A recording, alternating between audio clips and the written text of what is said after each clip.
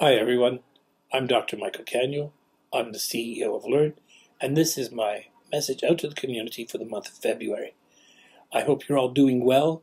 The deep months of December, January are behind us. As I record this, we're mid-February, and February has been pretty easy to live through, so we'll keep our fingers crossed for the rest of the winter. What it also tells me is that spring break is just a few weeks away, and then after that we're down into the home stretch.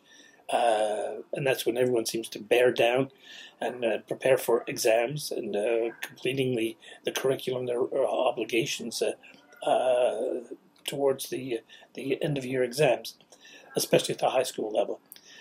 I want to mention something that came up last week as I was listening to a television show where the animators were talking about what's wrong with education in Quebec. And the first thing they keyed in on was technology. They said, we got to get rid of the computers in the classroom, we got to get rid of the tablets, and of course, no cell phones. That goes without saying.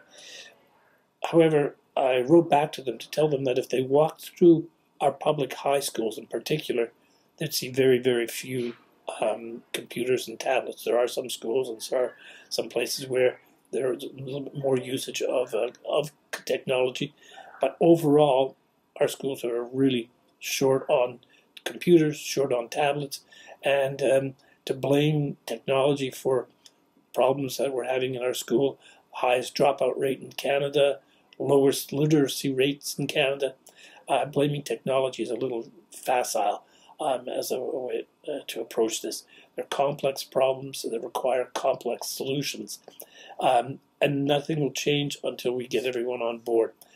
I've brought this topic up many, many times, and it's not a message that really anyone opposes, but very few people act on.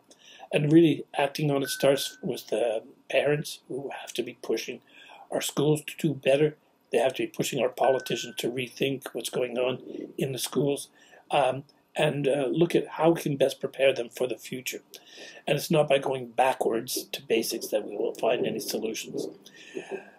Food for thought as we go forward. I think you know how I feel about a lot of these things. With generative AI on the horizon already making an impact on the working place, the working environment, if we're not adapting and adjusting, we'll have problems.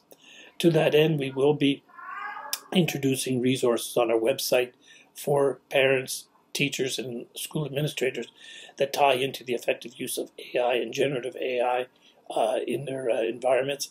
And secondly, we are going to be testing an AI-supported tutoring platform that will complement and supplement our current tutorial program.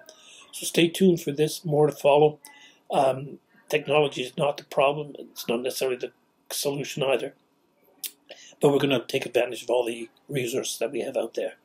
Bye everyone, see you next month.